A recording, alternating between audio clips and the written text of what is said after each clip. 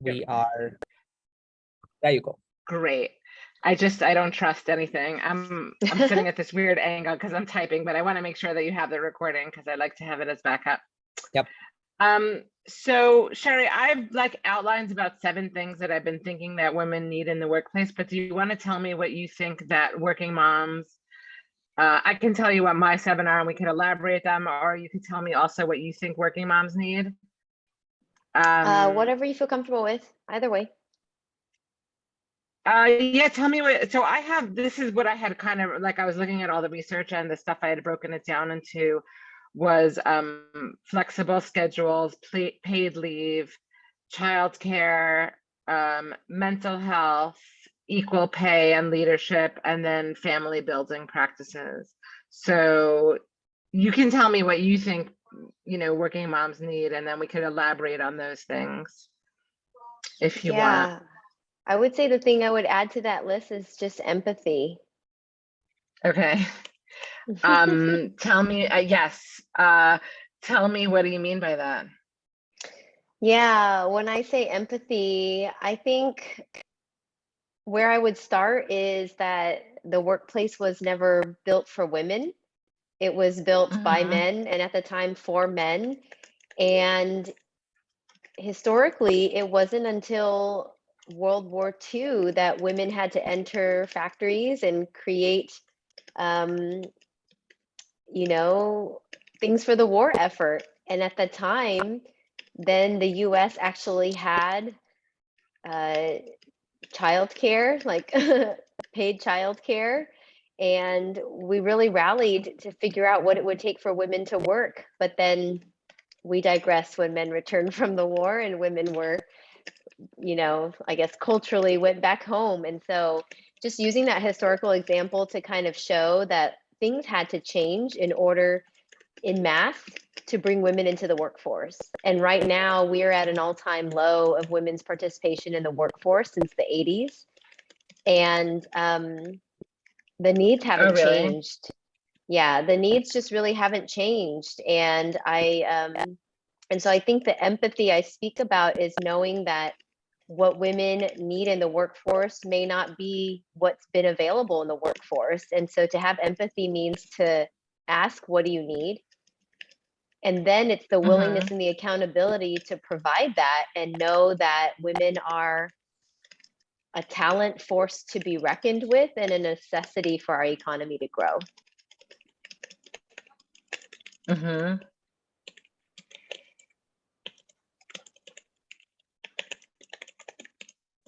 So what do you mean? So you're saying that a lot of the stuff is not available in the workforce, but we need to provide it? Meaning like it's not available governmentally, or it's not available in companies? Absolutely, both. I think what's not available from a government perspective that exists in most other developed countries in the world is, you've talked about one, universal paid leave, subsidized childcare, and then even I guess like companies aren't providing things like lactation rooms. It's not a requirement. People can force you. I mean, it is actually a legal requirement, but there's not accountability to it, I would say. So, I mean, I have myself pumped in a closet before and been asked at an offsite to pump in a public bathroom. Haven't we all? Exactly. And then we that's the thing I mean about empathy is like we kind of think of it as like the status quo because there's been hacks around it for so long, and that's just not acceptable. It's just not acceptable anymore. And do you see a willingness on the part of companies they want to change? I do. I was very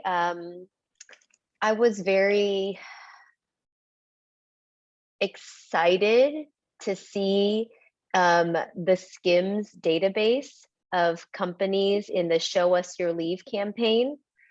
So there's a database that exists now that collects all tons of companies. I don't know if they're in the hundreds or the thousands now, and it has information about their paid leave, if they have dependent care FSA, if they provide any childcare stipends for their employees, mental health policies and benefits. And it was great to see all the companies that participated in that, because it was a vocal campaign. Share your leave with us, when things like that are not always readily available on a company's website, especially if you're a job seeker. But to see the amount of companies that have jumped on the bandwagon, especially since COVID, I think has been really great. So I do think companies are willing, and I think companies have come through. And what I would say now is kind of the situation that I see is that I don't believe the presence of a policy or a benefit necessarily leads to people taking it. I think that that's cultural norms and adoption that has to exist side by side with a policy. And I'll give you an example. So it's common for companies to have like a primary and a secondary leave policy. And so an example would be a primary leave policy is, let's say, 12 weeks on average in the US. A secondary leave could be like 2 to 6 weeks. And generally, is this for the same person or for two different people, you're saying? It's written as for two different people, a primary caregiver and a secondary caregiver. I'm just talking about like colloquial terms for policies around paid leave for companies in the US.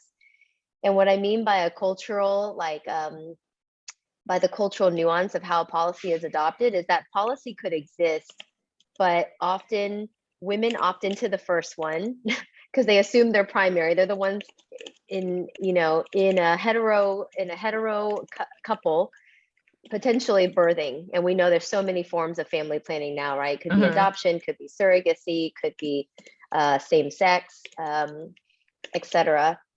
And most often we see men adopt the secondary leave policy, but therein that cultural norm of never anticipating a male would step in to be a primary caregiver, which can be the case, right? We've seen single fathers.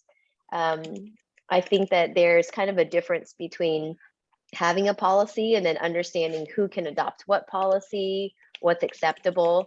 And what I'm also seeing is fathers not taking an entire leave and coming back sooner. And I think that there's a lot of stigma and bias that exists with people being able to take advantage of a policy with no repercussion. So I think that's where companies can really step up today, is making sure people are taking the leave and making sure that it's actually helping, they're helping managers support people. And how do they do that? Modeling it, so having leadership take it. And that goes to just equity of like career progression. So women in leadership and mothers in leadership and fathers in leadership, parenting out loud, that's the first thing. Modeling it from the top down. I think the second thing is just making sure policies are equitable, equal across genders where can be. I would vouch for one leave policy, equal time, no matter how you conceive or get to have a child, adoption, surrogacy, no matter what, because we are putting the child's needs first if we do it that way, right? So I think that's first, making sure that there's an equitable policy, having an HR process that if people say I am going to have a child, that the policy is just, you have let's just say it's 16 weeks. You have a 16-week leave, you're out for the 16 weeks and HR will bring you back in at the end of that without, as long as we make that the norm. And then if somebody has to say, I want to come back sooner, or I want to make my leave non-continuous, let's make that be the adoption to the policy and not just assume the minimum, like that somebody can just take 2 weeks and whatever. We won't hold people to a similar standard. I think the next thing employers can do is educate and train managers. so that they understand that these are the policy and benefits that are available to your employees, and that we support and they have a right to them. I think also just accountability. You know how we do exit interviews? There should be like, there should be there should be offboarding to leave interviews, welcome back interviews, and then even stay interviews, like at someone's anniversary. Why do you stay here? What makes you loyal? What could be better? And then lastly, what I've seen really helpful from a company perspective is there happens to be a lot of potential resentment from other employees who have to take on work when somebody leaves or has to go out sick, right, has a family member they have to care for. So what we've been doing at Indeed, we have a budget now where you can give a bonus to somebody who's taking on extra work of 10%, or you can hire a contractor and get budget to hire a contractor to backfill during that leave, which makes sure that everybody feels supported and there's not an extra burden on a team member. And then I think the last thing would be having an employee resource group so that there are others around you going through something similar in life who can relate and support so you don't feel alone. Do you think now, I guess with the pandemic and the so-called Great Resignation, how is that affecting people going back to work, people's willingness to go back to work, not only flexible work hours and flexible work schedules? What are you hearing from people?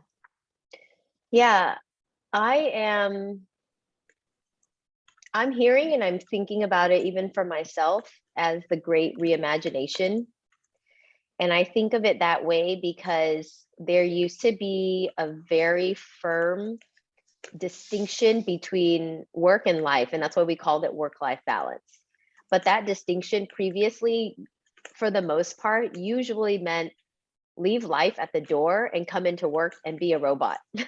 I mean, I remember how few people I knew were parents because it felt like a big unveiling and an opening yourself to potential bias and stigma to even put a family picture, a picture of your child on your desk. So there are a lot of people I didn't know were parents because they didn't do that. And there were some that I knew who did. And so I think since the pandemic, we've had the flexibility to design our lives in a way where the working day is very fluid with the rest of what you need to do within the day to have a healthy life. And I think for some people, it was really hard, for myself included. There were mental health tolls because there was a blur. But during that time, I think everybody was forced to set and create healthier boundaries about when you would and would not work and when you would and would not spend time with your child, your family, and on yourself. And now I think those lines are a lot more fluid and more integrated.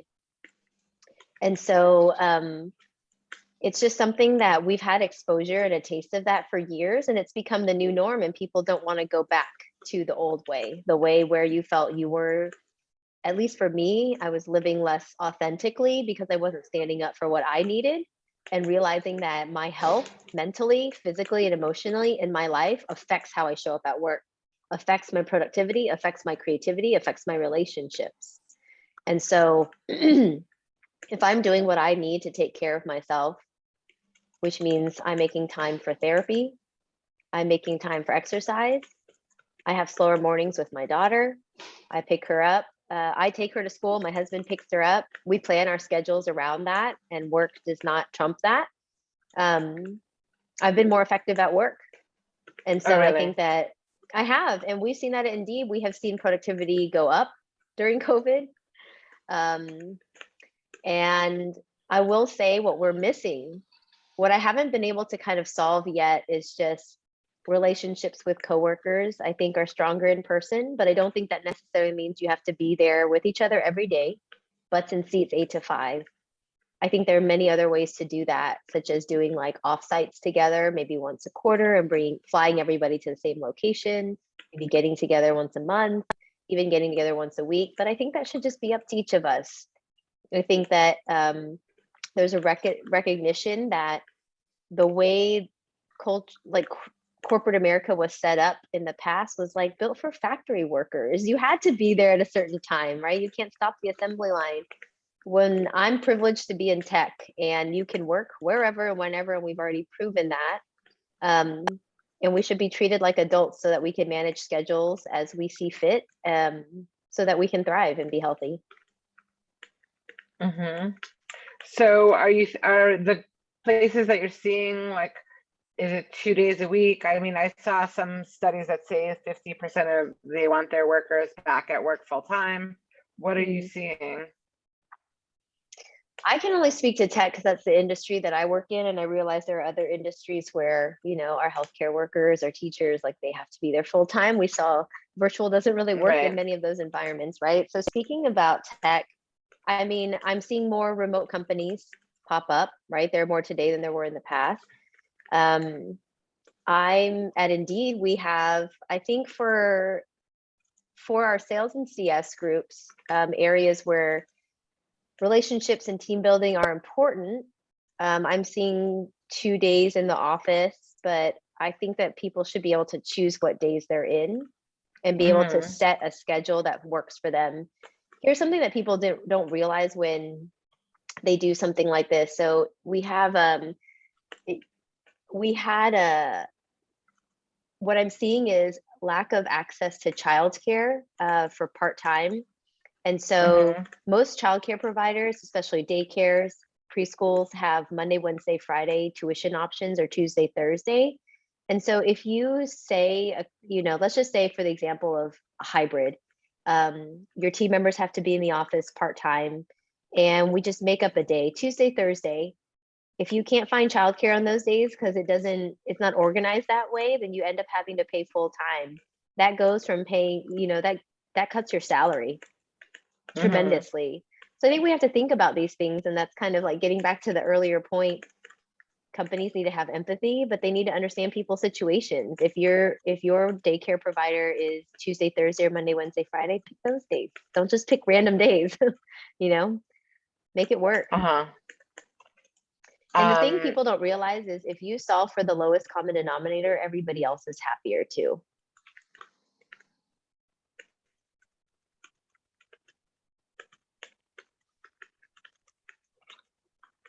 So in terms of flexible hours, like, because people are working from home, does that mean we're still in a 9-to-5 schedule, or we're at a like anything goes anytime?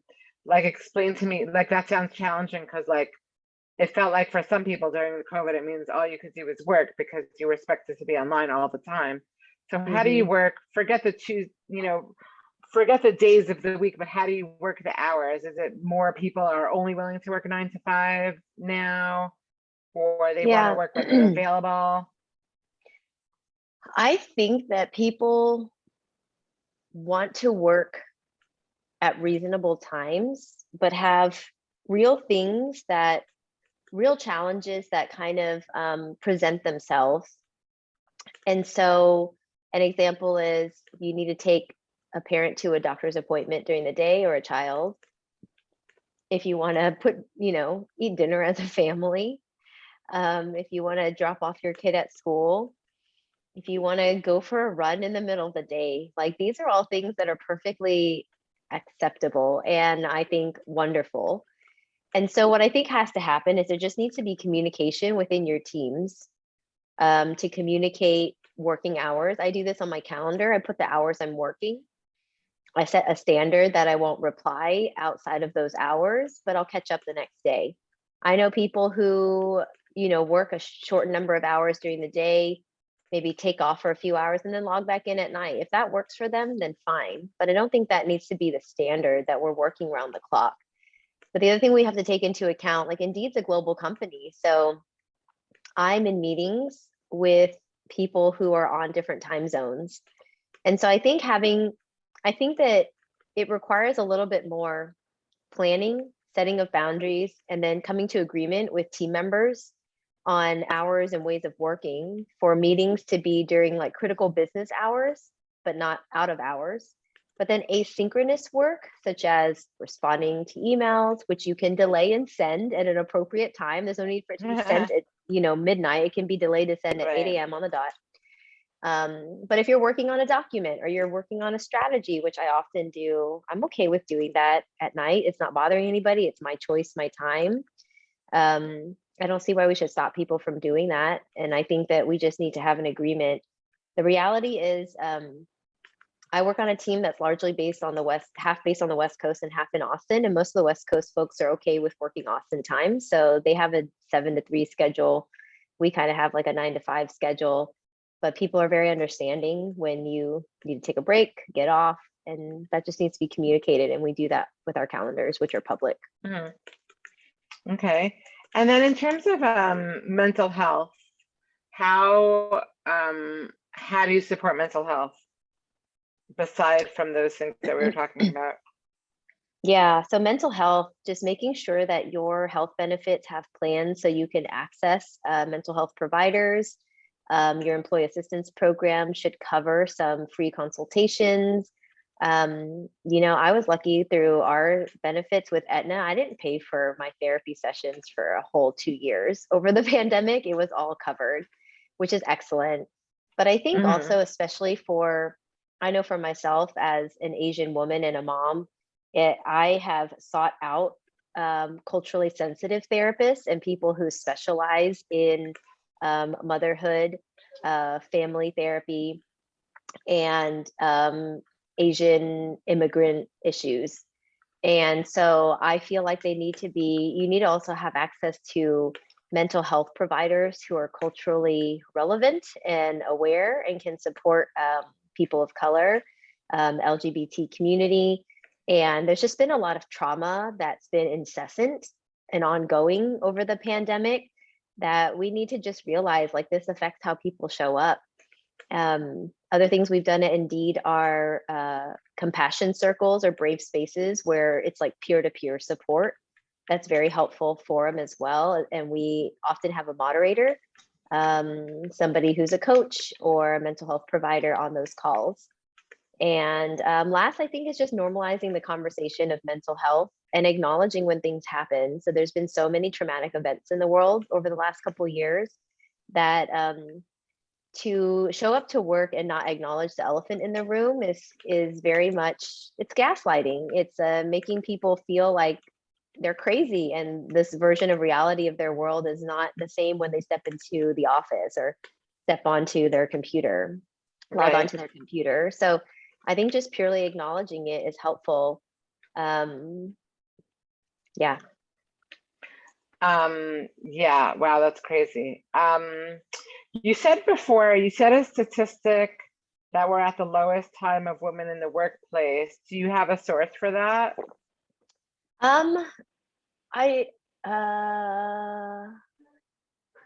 let me see. I would think I can look it up, but I just yeah, let's see.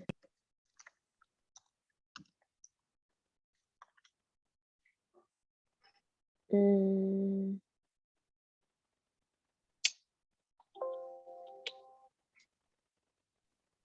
looking to see if it's on. You can email it to me. It's just if you happen to see it somewhere. I don't know if you have like an internal document or something. Yeah. Okay. And in terms of, we talked a little bit about childcare. I guess when we talk about childcare, is that like providing childcare or just providing vouchers? We've talked about it as like options. So providing stipends for childcare, even providing on-site childcare, providing on-site summer camps, helping people get on to like preferred lists because wait lists for daycares are so long. Providing what we currently do is just like a pre-tax reimbursement, so dependent care flexible spending accounts. I think those are a couple ways that we've worked on it. And you know, people talk about the motherhood penalty Hmm. and how it affects, you know, women becoming leaders. Do you have any ideas about how women can become, you know, not have a penalty and, you know, get on the leadership track? Yeah, I think it first starts with acknowledging bias. So I think there's an assumption that when a woman has a child that they are not as ambitious in their career. People assume more often that you would step back or leave the workforce. But I myself am very ambitious in my career after having my child. I wanted to progress. I wanted to move up. I wanted to work harder. Well, I wanted to work smarter, not harder. Mhm. I want to model for my daughter that I, as a woman, I can elevate myself. I can grow. I can take on hard challenges and thrive, so that she can see that that's possible for her too.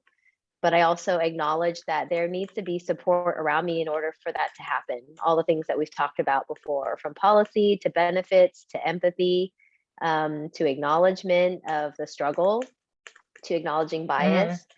So I think that has to happen. I think that managers should have conversations when people go on leave and come back about what they want for their career and never make an assumption. Mhm. Meaning they should have conversations, meaning the people who are leaving. Yep. Okay. It's been super helpful. Do you have anything that we didn't talk about that you wanted to add?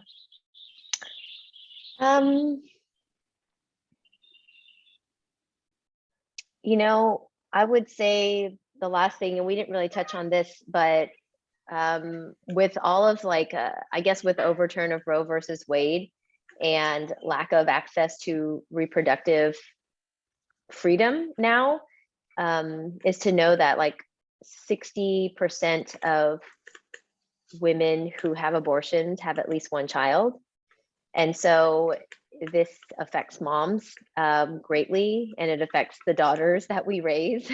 And so I think that that needs to be a topic of conversation for employers as well, to know that they support women who need access to healthcare and can safely do so. Okay, wonderful. Wonderful, very important. Okay, amazing. You'll send me the recording so I could just fill in whatever gaps I didn't get. Yep. Yep. Sherry, thank you so much. Good luck with your daughter. Thank you. Thanks for the time today. Appreciate y'all. Okay, thank you. Thanks, Sherry. Bye. Thank you, Amy. Thank Bye. you. Bye.